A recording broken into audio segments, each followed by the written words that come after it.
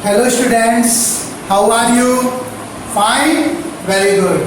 Math class of Vivek Sir. Chapter 5 Lines and Angles. ये हमारी video 9 है. हम एक्सरसाइज 5.1 कर रहे हैं और क्वेश्चन नंबर 10 कर रहे हैं. मैं समझता हूँ आपको अभी तक जो 9 क्वेश्चन मैंने करवाए हैं वो समझ में आ गए होंगे. आप दोबारा भी एक बार देख सकते हैं. ठीक है ना. क्वेश्चन नंबर 10 देखिए बेटा.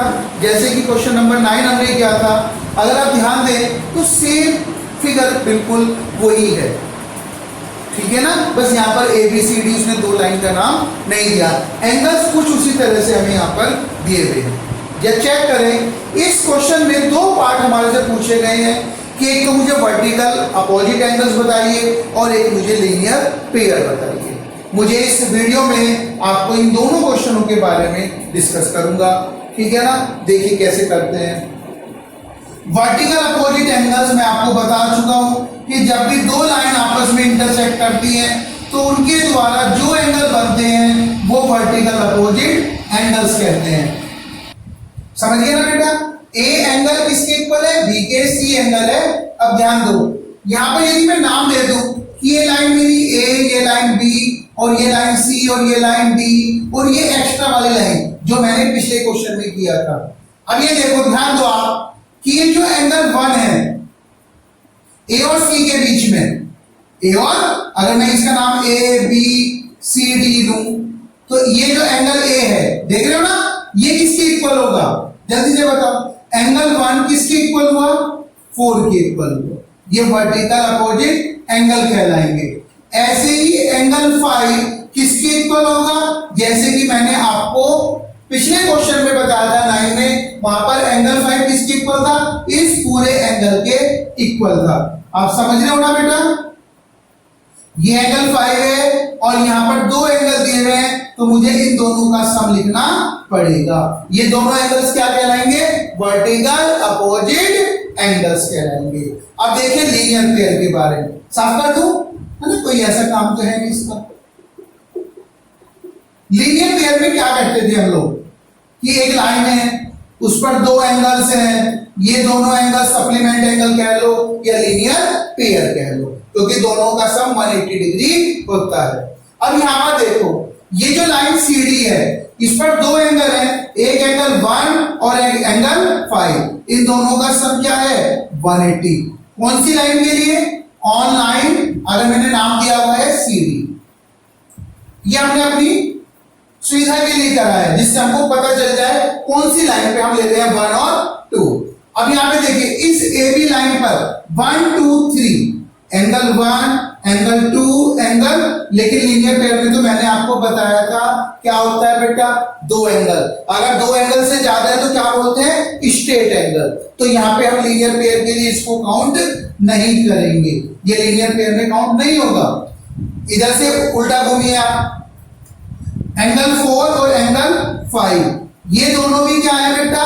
180. देखिए AB लाइन पर ऑन लाइन AB, इस AB लाइन पर 2 एंगल आपको दिखाई दे रहे हैं 4 एंड 5. तो ये दोनों एंगल भी क्या है? हमारे लीनियर पेयर है. बात समझ में आ गया. अगर मैं इधर से देखता हूं CD पर तो 2 3 4 ये आएंगे. ये भी नहीं ले सकता क्योंकि एक लाइन पर 3 एंगल बने हुए हैं, तो ये भी लीनियर पेयर में काउंट नहीं होगा. तो इसलिए यहां पर लीनियर पेयर में कितने पेयर बने हैं? 2 पेयर्स. वर्टिकल अपोजिट में भी क्या बने हैं? 2 पेयर्स. क्वेश्चन समझ में आ गया. ये समझ में आया मैंने इसको क्यों नहीं लिया? क्योंकि यहां पर 2 से ज्यादा एंगल्स आ रहे हैं, इसलिए मैंने इसको लीनियर पेयर में काउंट नहीं किया. लीनियर पेयर में क्या होता है? 2 एंगल्स होते हैं, तो जो यहां पर 2 एंगल्स बनेंगे उसको क्या कहूंगा? लीनियर पेयर कहूंगा. 2 से ज्यादा एंगल होंगे तो क्या कहूंगा? स्ट्रेट एंगल कहूंगा. अब हम क्वेश्चन 11 को देखते हैं. ठीक है, ये समझ में आ गया? अरे समझ में आ गया बेटा? Very good. देखो बेटा, क्वेश्चन नंबर 10 कंप्लीट हो गया. क्वेश्चन नंबर 11 मैंने फिगर बना दी आपके आगे. अब इसने कहा है कि क्या एंगल 1 और एंगल 2 एडजेसेंट एंगल है. फिर बेटा दोबारा से एडजेसेंट एंगल है. मैंने आपको बताया था एडजेसेंट एंगल्स उन्हें कहते हैं जिसमें एक वर्टेक्स, एक तो वर्टेक्स होना चाहिए कॉमन दूसरा क्या होना चाहिए, एक आर्म कॉमन होनी चाहिए। ए एंड बी क्या है, एडजेसेंट एंगल। अब यहां देखिए, आप कहोगे सर ये वाली लाइन तो कॉमन दिखाई दे रही है, बिल्कुल सही बात है, कॉमन है, लेकिन बेटा दूसरी कंडीशन क्या है, एडजेसेंट है, कि वर्टेक्स भी तो कॉमन हो, लेकिन इन दोनों का तो वर्टेक्स क्या है, इन दोनों का जो वर्टेक्स है वो क्या है, दोनों का अलग अलग है, तो इसलिए मैं क्या कहूंगा, इसे एडजेसेंट एंगल नहीं कहूंगा। तो क्या लिखेंगे, no, angle 1 and angle 2 are not adjacent angle because reason क्या देंगे, vertex is not common, vertex common नहीं है। बात समझ में आ गया बेटा आपको। इसके बाद हम क्वेश्चन नंबर 12 करते हैं, जो कि वर्टिकल अपोजिट एंगल के ऊपर आपको दिया हुआ है। ध्यान दें, मैं फिगर बना देता हूं।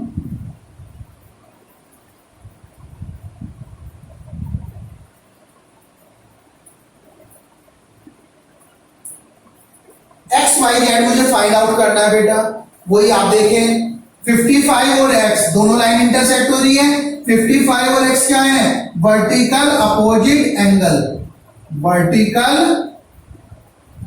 Opposite angles. तो x की वैल्यू तो मेरी क्या हो गई बेटा, निकल के आ गई कि x क्या है, 55 है। अब एक बात बताइए बेटा, 55 और y इस वाली लाइन पर ये दोनों एंगल कैसे हैं, लीनियर पेयर है, या तो आप लीनियर पेयर से कर लो या आप सप्लीमेंट एंगल कह दो इनको। तो मैंने क्या लिखा है, y प्लस 55 180 है लीनियर पेयर से, 55 जब दूसरी साइड में जाएगा तो क्या होगा बेटा, माइनस होगा, 180 में से 55 जाएंगे, क्या बचेगा 125, ये y की वैल्यू हो गई। और y और z कैसे एंगल हैं, वर्टिकल अपोजिट एंगल है, वर्टिकल अपोजिट एंगल। तो z की वैल्यू भी क्या आ जाएगी बेटा, 120, x की वैल्यू 55, y की वैल्यू 125, z की वैल्यू 125। ये हमारा क्या था, क्वेश्चन 12 का फर्स्ट पार्ट था। समझ में आ गया, वर्टिकल अपोजिट एंगल समझ में आ गया ना, जब दो लाइन इंटरसेक्ट करेगी, है ना, और ये आपका क्या है, दोनों लीनियर पेयर, एक ही लाइन पर जब दो एंगल्स होते हैं। अब ध्यान दीजिए सेकंड पार्ट, मैं ये वाला पार्ट क्या कर रहा हूं, रफ कर रहा हूं बेटा।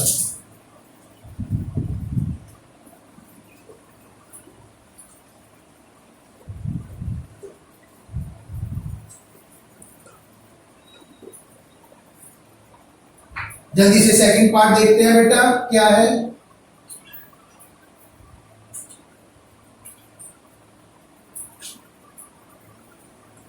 मैं फिगर बना देता हूं इसकी।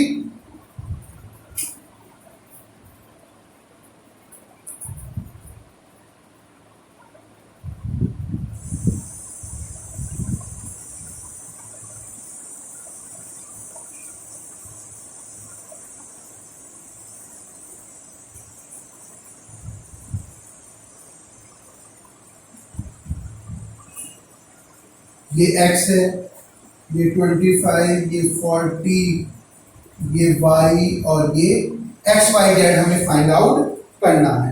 आप दो लाइन देख सकते हैं, एक लाइन ये मैंने नाम दे दिया ए बी, एक लाइन ये सी डी, और ये अलग से ओ ई रेज बी, ये बीच में ओ पॉइंट। समझ में आ गया बेटा। अब ध्यान दो बेटा, देखो जो ए बी लाइन है उस पर तीन एंगल बने हुए हैं ना, और मैंने आपको भी पीछे एक क्वेश्चन में बताया था कि जब एक लाइन पर तीन एंगल होते हैं तो उनको लीनियर पेयर नहीं बोलते हैं, क्या बोलते हैं, स्ट्रेट एंगल्स बोलते हैं, क्योंकि इन तीनों का सम क्या है 180। तो क्या लिखेंगे यहाँ पे, स्ट्रेट एंगल, है ना। यहां से आप x की वैल्यू निकाल लीजिए, पहले 40 प्लस 25 65 को दूसरी साइड लेके जाइए, क्या आ जाएगा 150। x की वैल्यू आ गई बेटा हमारे पास।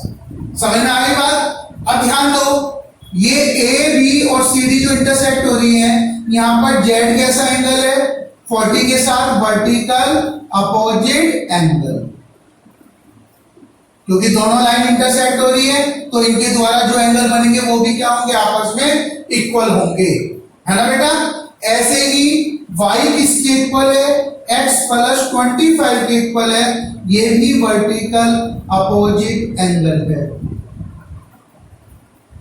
x की वैल्यू रख दीजिए बेटा, ये z निकल गया, x की वैल्यू 115 और 25 दोनों की वैल्यू क्या हो जाएगी बेटा, कितनी हुई है 140, तो y क्या आ गया हमारे पास 140 डिग्री आ गया। इस तरह से क्वेश्चन नंबर 12 भी हमारा कंप्लीट हो गया।